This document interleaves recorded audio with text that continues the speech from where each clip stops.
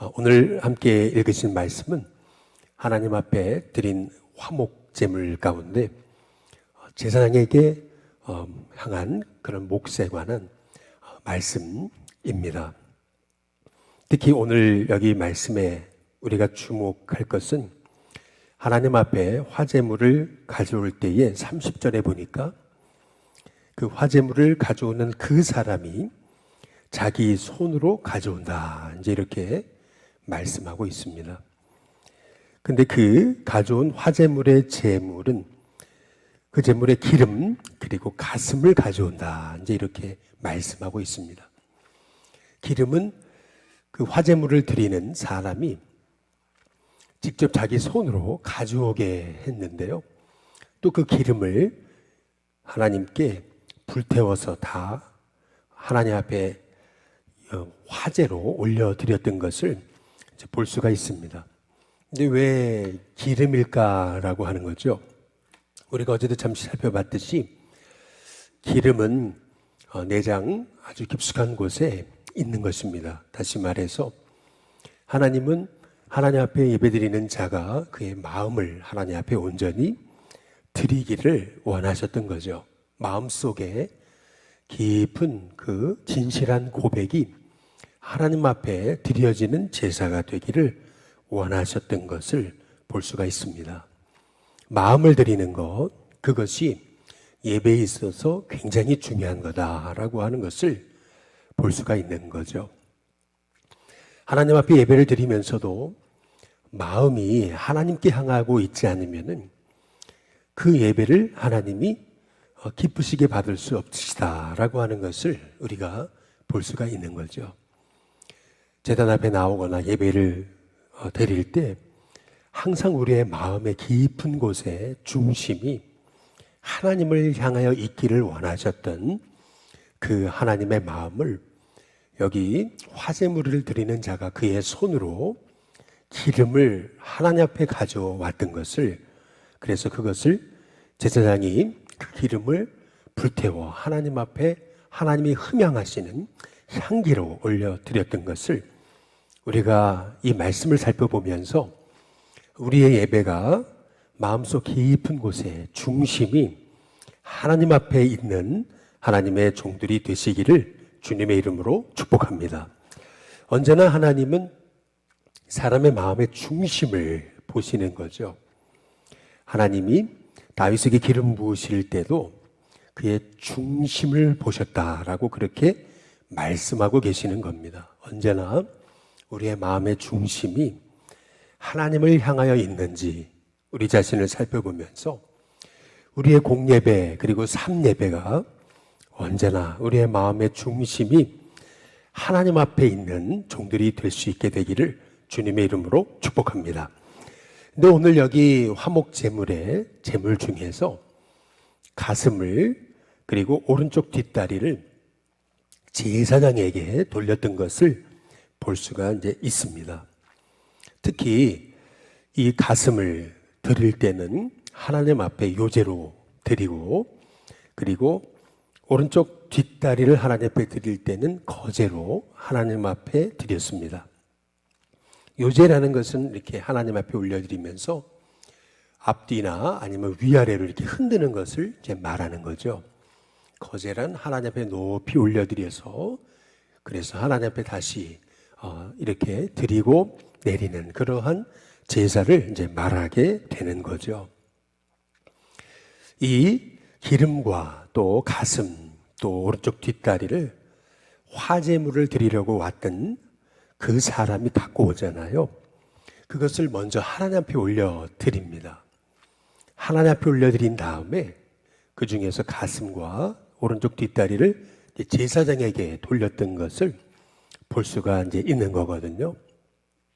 여기서 우리가 주목해 봐야 되는 것은 뭐냐 하면은 하나님이 제사를 드린다고 그러면은 다 하나님 앞에 드릴 것 같은데 그것이 마땅하지 않아요?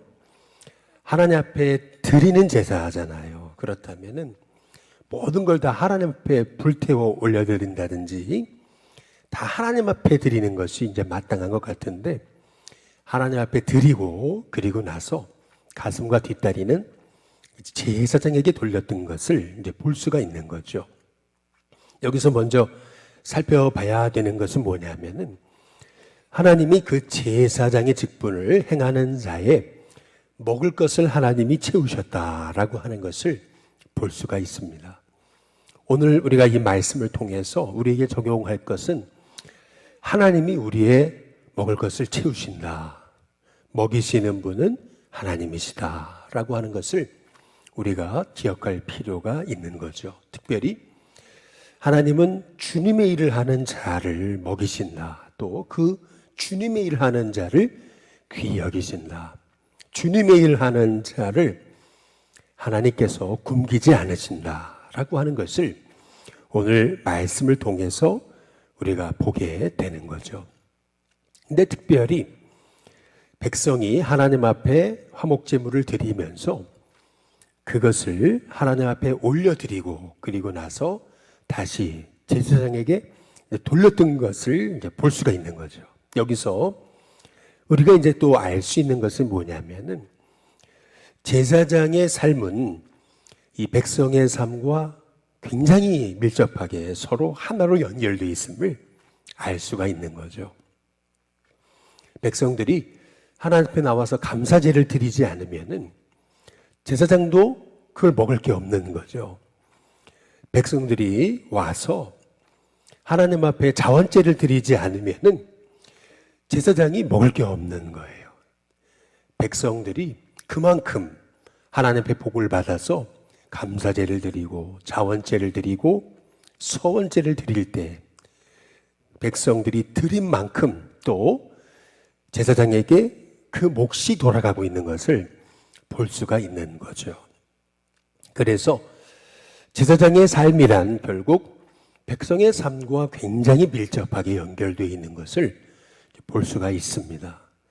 백성이 많이 감사할수록 또 제사장이 그만큼 가슴과 뒷다리를 또 하나님으로부터 받는 거고 또 백성이 자원하여 예물을 드릴수록 또 제사장이 그만큼의 가슴과 뒷다리를 먹게 되었던 것을 볼 수가 있는 거죠.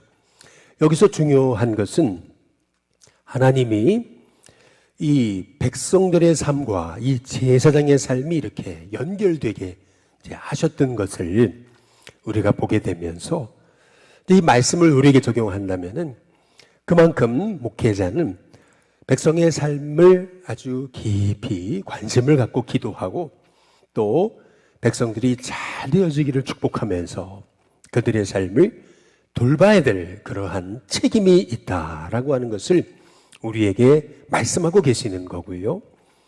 또한 백성들은 하나님 앞에 자기의 예물을 드릴 뿐만 아니라 그 백성들의 삶이 제사장의 삶을 또한 책임지는 것임을 오늘 성경을 통해서 우리에게 말씀하고 계시는 겁니다. 그러면서 오늘 여기 34절에 끝에 부분에 보면은 이는 이스라엘 자손에게서 받을 영원한 소득이다.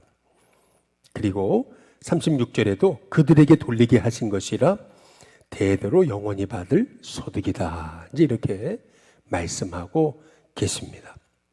하나님이 이 제사장의 삶과 먹을 것과 필요를 외면치 않으시고 그들의 그 삶이 백성들의 삶과 아주 밀접하게 이렇게 연결되게 하신 것, 이것을 통해서 우리는 목자는 우리 성도의 삶을 아주 깊이 관심을 갖고 기도하고 그들이 잘 되기를 그렇게 축복하며 기도할 책임과 사명이 있음을 성경이 말하는 것이고요.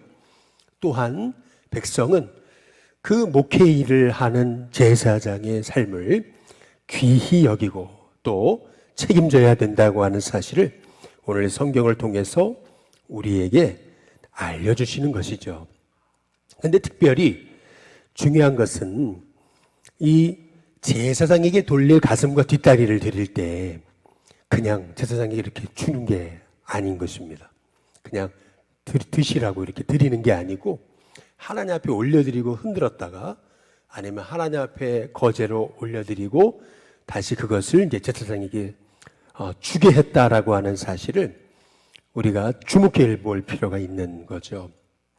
다시 말해서 제사장은 결국 백성의 삶과 연결돼서 백성이 감사를 많이 할수록 제사장은 그만큼의 분깃이 오는 거고, 또 백성이 자원하여 하나님께 드릴수록 그만큼 분깃이 제사장이 오는 것이지만은, 그럼에도 불구하고 하나님 앞에 올려드렸다가 그리고 흔들었다가 다시 그것을 제사장에게 주잖아요. 이것이 의미하는 것은 뭐냐면, 결국에는 백성이 잘 돼서 제사장에 먹을 것이 주어지긴 하지만, 그럼에도 불구하고 이 모든 것은 하나님이 주신다, 하나님이 허락하시는 거다 라고 하는 사실을 우리에게 말씀하고 계시는 거죠. 다시 말해서 백성이 이 목회자나 제사장에게 봉급을 주는 게 아니고, 이만큼 일하셨으니까 이만큼 이렇게 받으십시오라고 봉급을 주는 게 아니고, 이것은 하나님이 제사장이 하나님께 기름 부음 받은 직분을 행하도록 하나님이 먹이시고 책임지고 돌보신다라고 하는 사실을 기억하게 하셨던 것임을 우리가 오늘 말씀을 통해서 깨달아야 된다는 거죠. 그래서 이 거제, 이 요제, 바로 이 화목제물의 거제와 요제는 항상 이렇게 제사장에게 그의 위임식에 또 그의 삶에 굉장히 연관되어 있음을 우리가 볼 수가 이제 있는 것입니다.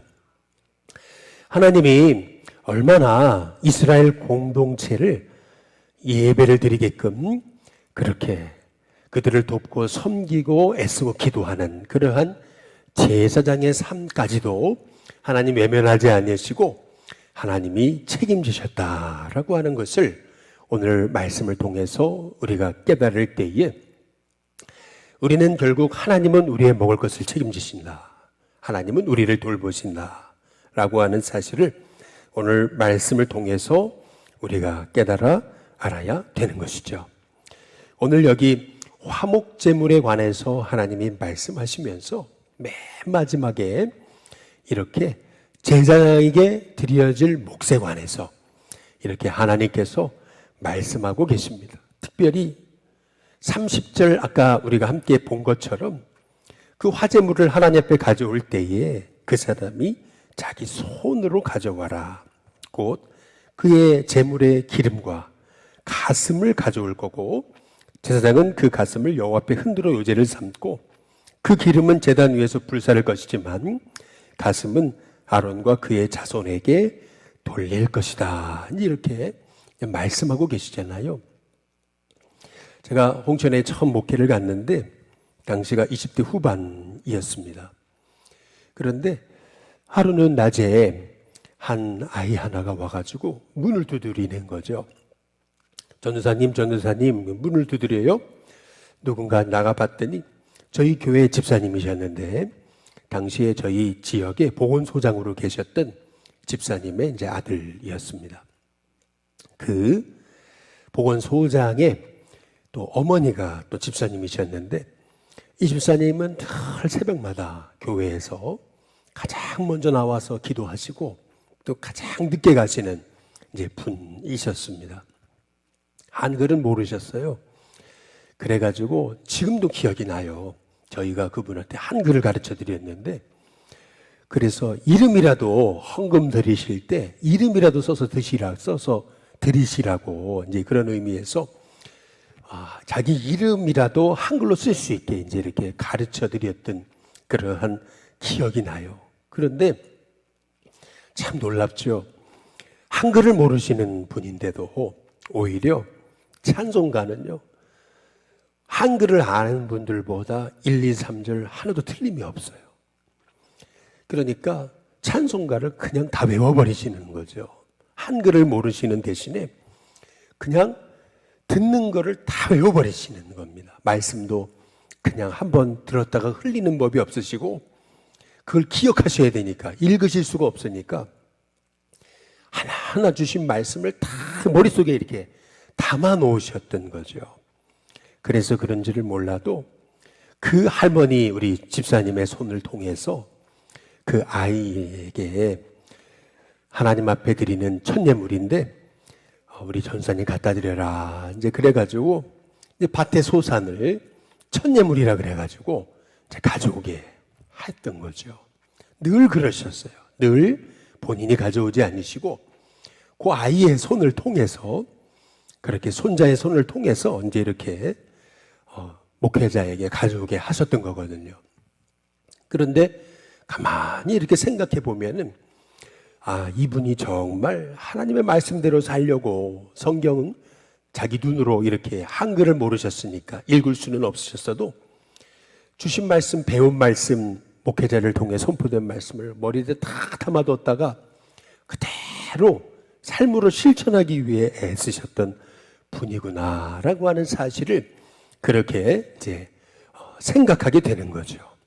오늘 하나님은 하나님 앞에 화제물을 이 화목제물을 하나님 앞에 드릴 때 드리는 자가 직접 손으로 가져와서 기름과 가슴을 하나님 앞에 이제 드렸던 거예요. 그러면은 제사장이 기름을 하나님 앞에 올려드리고 마음의 깊은 중심은 하나님 앞에 올려드려야 된다는 것을 생각하면서 하나님 앞에 올려드리고, 그리고 그 제물의 가슴 그리고 뒷다리는 하나님 앞에 드린 다음에 하나님께 드린 거예요. 그리고 나서 그것을 제사장에게 돌렸던 이 모든 이 제사의 규례를 통해서 하나님이 어떻게 우리가 봉사하고 섬기고 살아야 되겠는가라고 하는 것을 우리에게 보여주고 계시는 거죠. 근데 특별히 이렇게 하나님의 백성들이 가장 소중한 기름 그리고 가슴, 뒷다리를 하나님 앞에 올려드리고 그리고 나서 제사장에게 이제 돌려지게 하셨던 것을 우리가 생각해 보게 되면은 이스라엘 공동체가 얼마나 이렇게 주님의 일을 하는 하나님의 종들을 귀히 여겼는가라고 하는 것을 이제 오늘 말씀을 통해서 우리가 보게 되는 거죠. 언제든지 우리가 꼭 목회 일을 하고 주님의 일을 하는 사람만 귀히 여기는 것이 아니고 우리가 주님의 봉사의 자리, 섬김의 자리, 예배의 자리, 주님의 일을 하는 하나님의 종들, 그것이 꼭 목회자만이 아니라도 우리가 성도들을 서로 귀히 여기는 것, 주님의 일을 하고 섬기는 하나님의 종들을 귀히 여기는 것, 이것이 얼마나 소중한 것인가라고 하는 사실을 오늘 말씀을 통해서 우리가 깨닫게 되는 거죠. 요즘에 헐버트 선교사에 관한 얘기를 듣고 헐버트 선교사에 관한 그러한 얘기들을 관심 있게 이렇게 보게 되면서 참 마음에 감동으로 왔던 것이 있어요. 그게 뭐냐면은 지금 우리가 한글을 성경을 보거나 글을 읽을 때 다 띄어쓰기가 있잖아요. 그런데 본래 우리 한글은 띄어쓰기가 없었다라고 하는 거죠. 한자가 이게 띄어쓰기가 없잖아요. 마찬가지로 한글도 띄어쓰기가 없었는데 띄어쓰기를 처음 이렇게 생각해서 논문으로 발표해서 한글은 반드시 띄어써야 된다. 그래서 이 띄어쓰기를 창안하고 그렇게 고안해냈던 사람이 이 헐버트 선교사였던 거죠. 뿐만 아니라 한글로 되어진 오로지 한글로 되어진 책자, 이 책자를 처음 출판한 사람도 헐버트 선교사였던 것을 볼 수가 있는 거예요.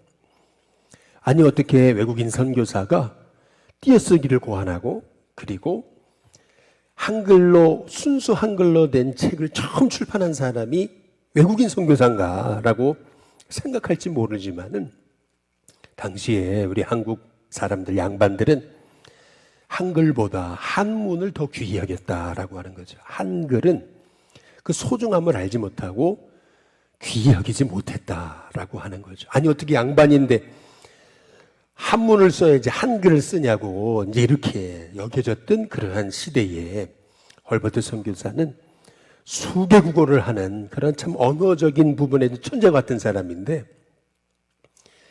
자기가 볼 때는 이렇게 자기 언어를 가지고 있는 나라가 많지 않다라는 거죠. 자기 언어를 가지고 있는 나라가 많지 않은데 특히 한글은 엄청난 정말 탁월한 언어라고 하는 사실을 우리 한국 백성한테 가르치면서 이렇게 귀한 한글을 귀히 여겨라. 아니 오히려 외국인 선교사가 와가지고 한국 백성보다 한글을 더 귀히 여겼던 거. 그래서 이 한글에 관한 그 논문을 세계에 써서 알렸던, 영어로 써서 알렸던 그런 인물도 헐버트였더라는 것을 볼 수가 있는 거죠. 전에 한 선교사님 오셔서 우리 말씀을 하셨잖아요.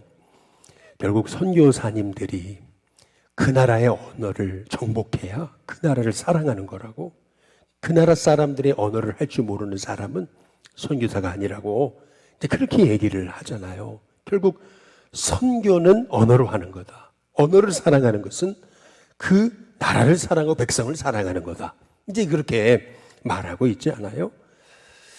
결국 하나님의 복음은 말씀으로, 말로 전하는 것인데, 그런데 어느 나라에 가서 그 나라 언어를 할 수 없다라고 하는 것은 그만큼 그 나라 백성의 깊은 세상 삶과 연결되지 못한다는 거 아니겠어요? 그런 의미에서 헐버트 선교사가 우리나라에 와가지고 이렇게 한글을 귀히 여기고 한국 백성보다 더 한글을 소중히 여겼던 것은 이 나라를 사랑했던 것 아니겠어요? 마찬가지로 우리의 삶도 결국 내게 허락하신 것들이 너무 귀한데, 목회자도 귀하고 성도도 귀하고 주님을 위해 섬기는 자들이 귀한데, 우리가 이렇게 하나님의 그 일을 하는 하나님의 종들을 귀히 여기는 것, 이것이 결국에는 주님의 공동체가 바로 세워지고 복을 받는 길임을 하나님이 아셨기 때문에 오늘 말씀에 보시면은 하나님이 여기 화목제물, 이 제사 제도를 마무리하시면서 35절, 36절, 이제 이게 맺는 말이거든요. 이는 여호와의 화제물 중에서 아론에게 돌릴 것, 그의 아들들에게 돌릴 것이니 그들을 세워 여호와의 제사장의 직분을 행하게 한 날, 곧 그들에게 기름 부은 날에 여호와께서 명령하사 이스라엘 자손 중에서 그들에게 돌리게 하신 것이라 대대로 영원히 받을 소득이다 라고 이렇게 말씀하시면서 38절 끝에 부분에 보니까 이것은 시내산에서 하나님이 이와 같이 모세에게 명령하신 것이다, 이제 이렇게 말씀을 마무리하고 있어요. 다시 말해서 하나님은 주의 일을 하는 자, 주님을 위해 섬기는 자, 하나님이 반드시 기억하시고 귀히 여기시고 먹이시고 돌보심을 성경을 통해서 우리에게 가르치고 계시는 거죠.